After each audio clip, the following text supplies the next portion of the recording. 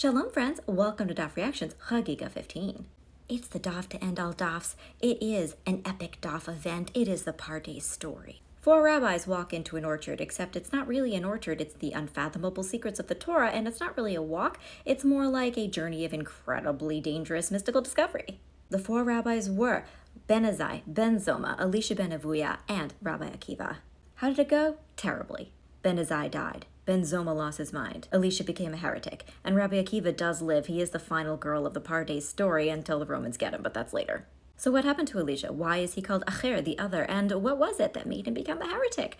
Let me tell you what happened. So he saw the angel Metatron sitting down, and he was like, angels don't sit down. Is this another god? And of course, as we know, in Judaism, there's only one. That's it, just one.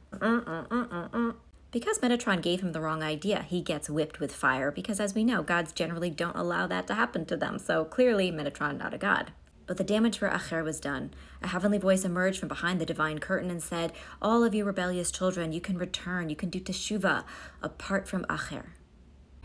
Acher does what many rejected people do in this position. He's like, oh, you think I'm a heretic? Well, let me show you how much of a heretic I can be. Watch me. So first off, he goes to a sex worker, and she's like, wait a minute, aren't you Elisha ben Avuya? And he's like, no, new phone, who's this? I'm Acher. And to prove it, he goes and rips up a bunch of radishes on Shabbat. So, somewhat understandably, Acher is in this really angsty phase. He keeps violating the Torah, and yet his friend and student Rabbi Meir never gives up on him, and he always encourages him to come back and do teshuvah. But each time, Acher remembers the voice that came out from behind the curtain and told him, everyone can come back except him. It's actually really sad. So when our complex, compelling anti-hero dies, heaven is kind of in a pickle. Well, he can't go to the world to come because of all the things that he did, but he also can't go to Gehenna because of all the Torah that he has. What to do? Rabbi Meir, his ride or die, is like, you know what? No, when I die, I'm going to advocate for Acher to go to Gehenna because at least then he can start his purification process. That's exactly what happened, and smoke started to emerge from Acher's grave because he was getting toasted.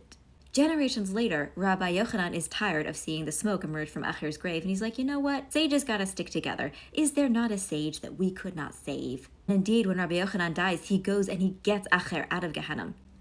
And that's really badass.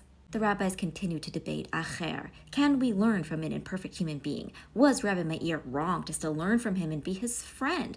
Everyone has an opinion. Honestly, all I can say personally is that Acher is, at this point, far and away the most relatable person I've encountered in the Talmud. And also maybe the rest of my real life.